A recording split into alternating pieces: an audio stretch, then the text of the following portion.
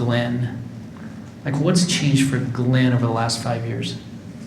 I mean, there's a lot of things I'm sure changed, but give me like one or two things in the way of the business world and how you manage or how you deal with your world. What's changed over the last 5 years for you individually?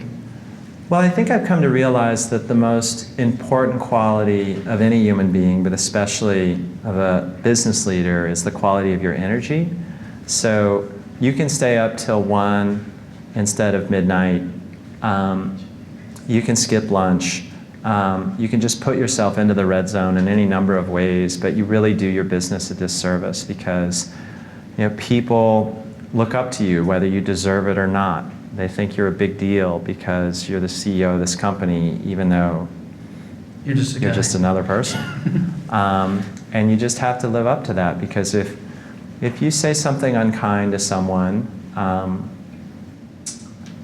that person isn't going to move on. He's going to go home and talk about it with his partner and come into work the next day still under a cloud. And so I've just learned to be really judicious. I think obviously judicious with your criticism. You want to make sure that you're always constructive, but also judicious in your praise. I think I've regretted some of my praise the most when you say something really glib and say, that was fantastic.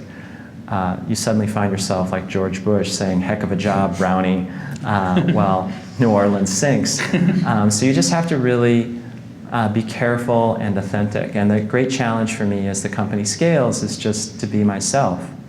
In some ways, Redfin has been this gigantic experiment about how long someone can still be sort of a goofy person and run a 1,000 or 2,000 person company.